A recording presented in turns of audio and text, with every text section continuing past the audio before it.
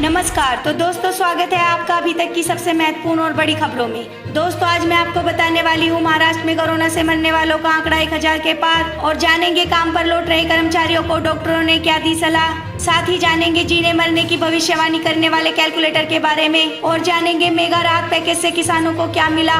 और अभी खबर निकल कर आ रही है कि बद्रीनाथ धाम में पहली पूजा पीएम मोदी की ओर से। और साथ में जानेंगे 8 करोड़ मजदूरों को 3500 करोड़ रुपए और राशन मिलेगा। आइए जानते हैं सभी खबरें विस्तार से। महाराष्ट्र में कोरोना से 1000 मौतें, इनमें 60% अकेले मुंबई में हुई और दुनिया के 198 देशों में इससे कम मरीजों ने जान गंवाई। दरअसल महाराष्ट्र में कोरोना संक्रमितों की मौत का आंकड़ा गुरुवार को 1000 के पार हो गया। मुंबई कोरोना का एपी सेंटर बन चुका है, जहां राज्य की 60% मौतें हुई। महाराष्ट्र में हालात किस तरह से बिगड़ रहे हैं, इसका अंदाजा इसी से लगाया जा सकता है कि दुनिया के 198 देशों में अभी महाराष्ट्र से कम मरीजों की जान गई है। इन देशों में इजराइल, ऑस्ट्रेलिया, पाकिस्तान, श्रीलंका शामिल है। काम पर लौट रहे कर्मचारियों को डॉक्टरों की सलाह, चिंता या घबराहट से इम्यूनिटी को खतरा, और ऑफिस में 1 मीटर की दूरी बनाएं। दोस्तों, आपको बता दें, भारत में लॉकडाउन का तीसरा फेज चल रहा है। इस फेज में पाबंदियों में पहले की तुलना में काफी ढील दी गई है। ऐसे में प्राइवेट और सरकारी कर्मचारी काम के लिए दोबारा दफ्तर आना शुरू कर रहे हैं। ऐसे में डॉक्टर कोरोना वायरस से बचने के लिए कर्मचारियों को सोशल डिस्टेंसिंग, मास्क और सैनिटाइजर के इस्तेमाल के साथ साथ न घबराने की सलाह दे रहे हैं। भारतीय मूल के ब्रिटिश वैज्ञानिक ने ऑनलाइन कैलकुलेटर बनाया और ये लक्षणों के आधार पर जीने मरने की भविष्यवाणी करेगा। गौरतलब है कि कोरोना वायरस से फैली महामारी के कारण बिगड़ते हालात के बीच दुनिया भर में लगातार बड़ी मात्रा में पीड़ितों और मरने वालों का डाटा जमा किया जा रहा है। आर्टिफिशियल इंटेलिजेंस की मदद से अब यही डाटा संक्रमित लोगों को बचाने के काम आएगा। इसी कड़ी में भारतीय मूल के ब्रिटिश वैज्ञानिक डॉक्टर अमिताभ बनर्जी के नेतृत्व में एक ऐसा ऑनलाइन कैलकुलेटर बनाया है जो किसी भी व्यक्ति के कोरोना वायरस से मरने के जोखिम का अनुमान लगा सकता है। वर्तमान में ये टूल सिर्फ ब्रिटेन के डेटा पर बनाया गया है। इससे मिला डाटा कमजोर रोगियों को लेकर ब्रिटेन की नेशनल हेल्थ सर्विसेज के लिए भी मददगार होगा। कोरोना पीड़ितों को लैब में विकसित सेल से ठीक करने की तैयारी, और गंभीर मरीजों पर बिना साइड इफेक्ट प्रयोग सफल। गौरतलब है कि शोधकर्ता कोरोना के मरीजों का इलाज हार्ट सेल थेरेपी से करने की तैयारी कर रहे हैं। इस थेरेपी में लैब में विकसित हार्ट कोशिकाओं को मरीज के शरीर में इंजेक्ट किया है। आपको बता दें, कोरोना से मरने वाले ऐसे मरीजों की संख्या ज्यादा है जिनके शरीर में सूजन देखी गई थी। हार्ट सेल थेरेपी का इस्तेमाल इसी अतिरिक्त सूजन को कम करने के लिए किया जा रहा है। शुरुआती प्रयोग में इससे कुछ संक्रमित रिकवर हुए हैं और परिणाम बेहतर आए हैं, जिसके बाद कहा जा रहा है कि अब इसका बड़े स्तर पर ट्रायल किया जाएगा।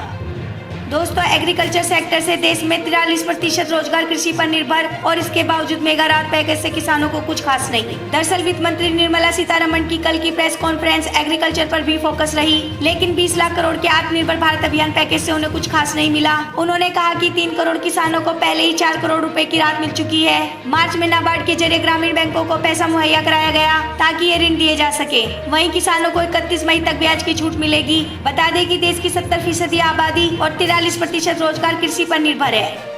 राजस्थान के 21 जिलों में शहरों से अधिक गांवों में संक्रमण, और 1 महीने के अंदर 400% बढ़ा मरीजों का आंकड़ा। दोस्तों, आपको बता दें, कोरोना का कोहराम सिर्फ जयपुर, जोधपुर, कोटा, उदयपुर और अजमेर जैसे हॉटस्पॉट के शहरी इलाकों में ही नहीं, बल्कि अब यह गाँवों तक में घुस चुका है। वजह है देश भर के कोरोना प्रभावित राज्यों से प्रवासियों का राजस्थान में अपने घरों में लौटना। भास्कर ने पड़ताल की तो चौंकाने वाले आंकड़े सामने आए। पिछले 1 महीने में ही गाँवों में कोरोना संक्रमित 5 गुना तक बढ़ गए हैं। 13 अप्रैल तक प्रदेश में 177 कोरोना पीड़ित गाँवों में मिले थे। अब 13 मई तक गाँव में यह संख्या 713 से बढ़कर 890 हो गई है। यह महज 30 दिन में ही 402% की बड़ी उछाल है। दरअसल लॉकडाउन 3 में प्रवासी राजस्थानी लोगों द्वारा बिना जांच के पैदल या वाहनों में छिपकर गाँव में पहुंचने से खतरा बढ़ रहा है।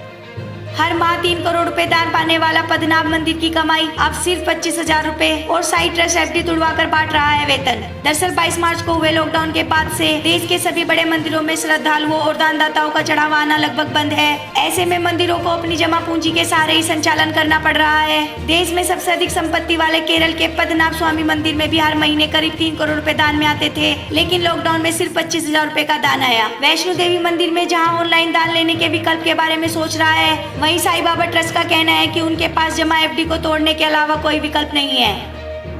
आज सुबह 4:30 पर वैदिक मंत्रों के साथ खुले मंदिर के कपाट, और पहली पूजा पीएम मोदी की ओर से। दोस्तों, आपको बता दें, आज शुक्रवार 4:30 पर बद्रीनाथ धाम के कपाट खोल दिए गए। कपाट खोलने की विधियां रात 3 बजे से ही शुरू हो गई थी। रावलीश्वर प्रसाद नंबूदरी द्वारा विशेष पूजा अर्चना की गई, और इस दौरान गुरु शंकराचार्य की गद्दी, उद्धव जी और कुबेर जी की पूजा की गई। कपाट खुलने के बाद लक्ष्मी माता को परिसर स्थित मंदिर में स्थापित किया और भगवान बद्रीनाथ का तिल के तेल से अभिषेक किया गया।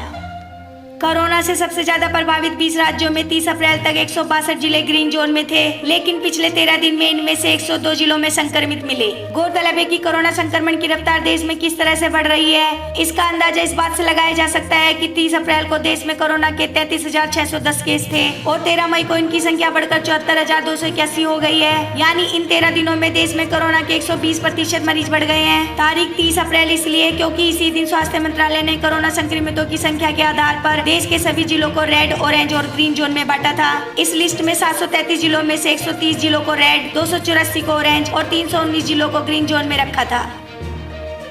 मोदी ने बिल गेट्स से सुझाव मांगे, भारत कैसे दुनिया के फायदे के लिए बेहतर तरीके से काम कर सकता है। गौरतलब है कि प्रधानमंत्री नरेंद्र मोदी ने गुरुवार देर रात वीडियो कॉन्फ्रेंसिंग के जरिए माइक्रोसॉफ्ट के सह संस्थापक और bill and Melinda Gates foundation के सह अध्यक्ष बिल गेट्स से बात की। दोनों के बीच कोरोना महामारी के वैश्विक असर को लेकर करीब आधा घंटा बातचीत हुई। मोदी ने इस दौरान गेट्स फाउंडेशन के न केवल भारत में बल्कि दुनिया के कई अन्य हिस्सों में किए जा रहे स्वास्थ्य संबंधी कार्यों की सराहना की। उन्होंने बिल गेट्स से सुझाव मांगे कि कैसे भारत की क्षमताओं को दुनिया के फायदे के लिए बेहतर तरीके से इस्तेमाल किया जा सकता है।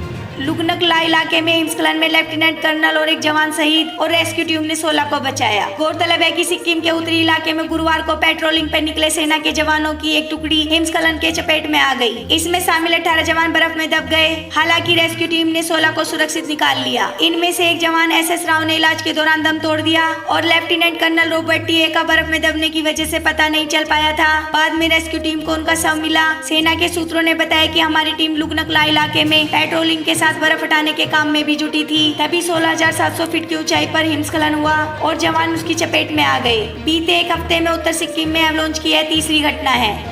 अगस्त तक 67 करोड़ गरीबों के लिए एक देश एक राशन कार्ड, 8 करोड़ प्रवासी मजदूरों को 2 महीने मुफ्त अनाज और 2.5 करोड़ किसानों को 2 लाख करोड़ का कर्ज। दोस्तों आपको बता दें, वित्त मंत्री निर्मला सीतारमण ने 20 लाख करोड़ रुपए के आत्मनिर्भर भारत अभियान के तहत गुरुवार को लगातार दूसरे दिन रात पैकेज का ब्रेकअप बताया। उन्होंने कुल 9 घोषणाएं की। इनमें से 3 घोषणाएं प्रवासी मजदूर, 2 छोटे किसानों और एक घोषणा मुद्रा लोन, स्ट्रीट वेंडर्स, हाउसिंग और आदिवासी क्षेत्रों में रोजगार से जुड़ी थी। 8 करोड़ मजदूरों के लिए 3500 करोड़ रुपए, राशन कार्ड की पोर्टेबिलिटी और शहरों में सस्ते किराए पर मिलेगा आवास। आपको बता दें, वित्त मंत्री निर्मला सीतारमण ने 20 लाख करोड़ रुपए के पैकेज के दूसरे दिन प्रवासी कामगारों के साथ अन्य मुद्दों पर फोकस किया। प्रवासी कामगारों को अगले 2 महीने तक राशन कार्ड की पोर्टेबिलिटी और शहरी इलाकों में सस्ते किराए पर आवास मुहैया कराए जाएंगे।